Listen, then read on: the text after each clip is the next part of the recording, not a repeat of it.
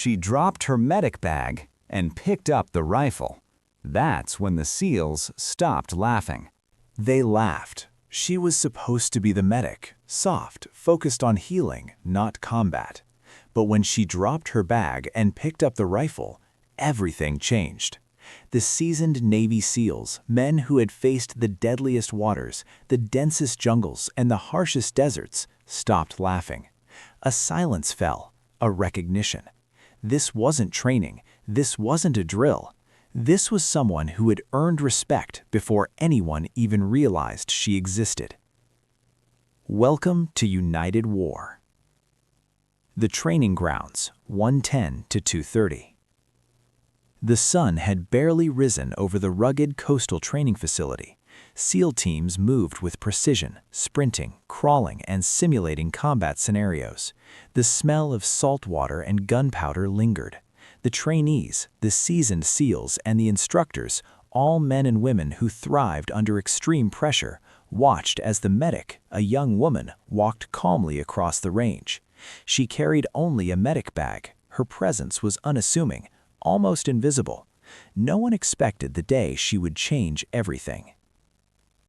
The medic, 2:30 to 3:40. Her uniform was spotless, her demeanor calm. She wasn't flashy, she didn't boast. She went about her duties quietly, tending to minor injuries, applying bandages, checking vitals. But there was something about the way she moved, precise, confident, measured, that made some of the SEALs pause. One of them chuckled. "What, are you going to heal bullets with that bag?" The others laughed. She didn't reply. She didn't need to. The moment, 3:40 to 4:40. A drill scenario was called, a live fire exercise with multiple targets. The SEALs were confident, showing off their skill, laughing among themselves, making casual jabs at the medic. Then it happened. Her bag hit the ground with a soft thud. Hands moved, and in one fluid motion, she picked up a rifle from the nearby rack. The room went silent. The laughers stopped mid-chuckle. All eyes were on her. The silence before the first shot, 4:40 to 5:40. She didn't aim recklessly. She didn't panic. Every movement was controlled. The SEALs, men trained for chaos, watched with a mix of disbelief and tension. She scanned the targets, adjusted her stance, checked her grip. There was no hesitation. She exhaled slowly, the calm before the storm. The first shot, 5:40 to 6:40. The rifle discharged. The shot hit the bullseye, dead center. The next, perfect. The next, same result. The SEALs, hardened by years of combat, began to realize this wasn't luck. This was skill, precision, focus. They exchanged glances, some confused, some impressed, some slightly unnerved. Her hands were steady, her eyes locked on the target. No one had ever seen her move like this. The general reaction, 6:40 to 7:30.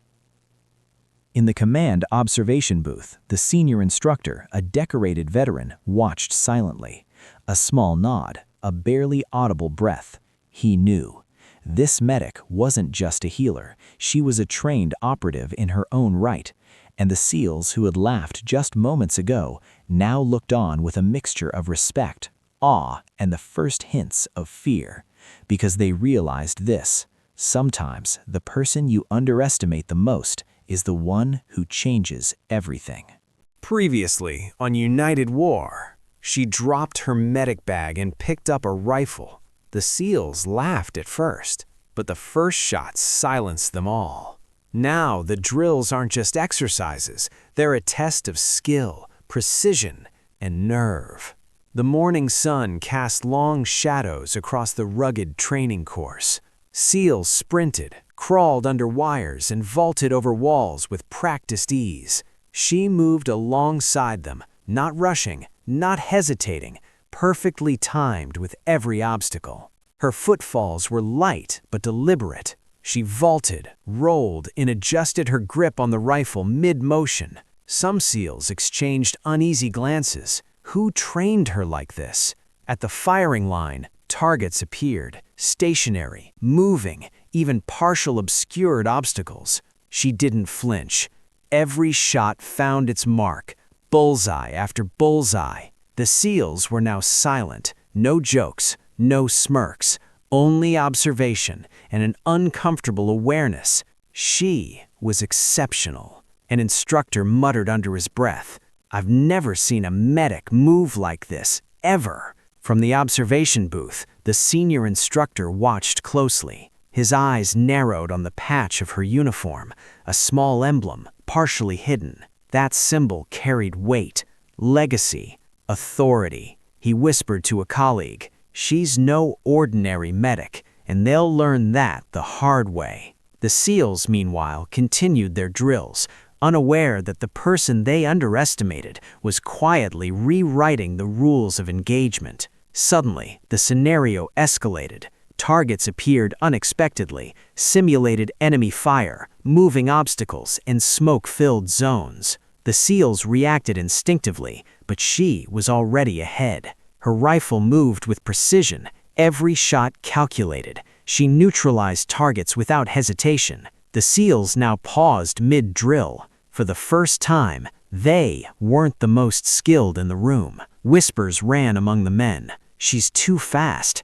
How is she predicting their movement? She's not just a medic." The general nodded silently, understanding that this was a living example of elite training disguised as a healer. The young woman scanned the course, ready for the next challenge, calm and composed. Her eyes reflected focus, awareness, and control, qualities the SEALs could only respect, and some could even fear. The drill ended, but the tension didn't. The SEALs lowered their rifles, exchanging glances. The medic, no, Operative, walked to the edge of the course, rifle in hand, ready for the next challenge. The general leaned in slightly, murmuring again, "She's the one they'll never see coming." And the SEALs, they stopped laughing. She dropped her medic bag, picked up a rifle, and silenced the SEALs with her first shots. Her precision, focus, and calm command respect. Now, the drills escalate. This is no longer training, it's a tactical trial. The training yard transformed. Smoke machines filled the area with haze. Dummies moved like hostiles, some mounted on rails, others hidden behind barriers. The SEALs navigated with confidence, but she moved differently. She anticipated every ambush, every angle, every distraction. Her rifle was an extension of herself. Her presence altered the dynamics. The SEALs were no longer leading, they were learning. The first ambush sounded from the left flank. 2 SEALs instinctively took cover. She didn't hesitate. Sliding behind a barrier, she aimed, neutralized the simulated threat, and moved forward with surgical precision. The SEALs froze. They had faced live rounds and combat simulations before, yet something about her movements made them pause. "She's predicting it," one muttered under his breath. The general, observing silently, knew this was the moment the team would understand Black Talon. The emblem on her sleeve caught the general's eye again. Black Talon. He whispered the name, almost reverently. A legacy of elite operatives, trained to act beyond normal protocol, to enforce mission and accountability with perfect efficiency. And now, one of those operatives was standing in front of him, in plain sight, disguised as a medic. The SEALs were about to learn that some legacies cannot be underestimated. The movement and strategy. She cleared the next zone flawlessly. Targets appeared from multiple directions. She prioritized threats, moved between cover points with tactical awareness, and communicated silently with gestures, guiding the SEALs toward efficiency they hadn't expected. The SEALs were no longer laughing. Some tried to mimic her precision, some struggled to keep up. One thing was clear, she wasn't just a healer. She was a strategist, a fighter, and a force multiplier. The SEALs' shift in attitude changed. She's not playing. Respect her. She's on a whole different level. Even the most competitive operators lowered their heads in recognition. The general nodded quietly. The Black Talon didn't just execute, she taught, demonstrated, and commanded respect simultaneously. The lesson was clear. Underestimate her at your own peril. The calm after the storm. The drill ended. The SEALs assembled silently. No laughter, no jokes, only acknowledgement. She picked up her medic bag again, slinging it over her shoulder, but now they all understood it was never just a bag. The general stepped forward, his voice calm but firm. Remember this day. This is what Black Talon looks like in action. The SEALs nodded. Respect, awe, and a little fear etched on every face. She dropped her medic bag. She picked up a rifle, and the SEALs stopped laughing. Now the final test awaits.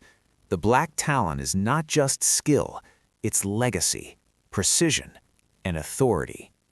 The SEAL team moved into a simulated urban combat environment. Multiple targets, smoke-filled corridors, surprise intruders, chaos meticulously staged to test both skill and judgment. The operatives stepped forward calmly, rifle in hand, assessing the scene. Every step calculated, every glance measured. The SEALs followed her lead, some hesitantly, others in awe. They were learning from her now, not commanding her.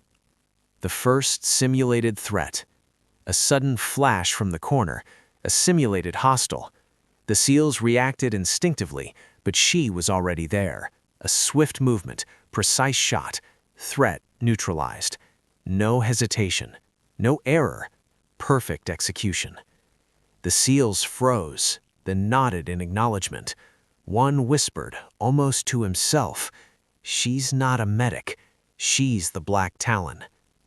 The general's observation. From the observation post, the general watched quietly.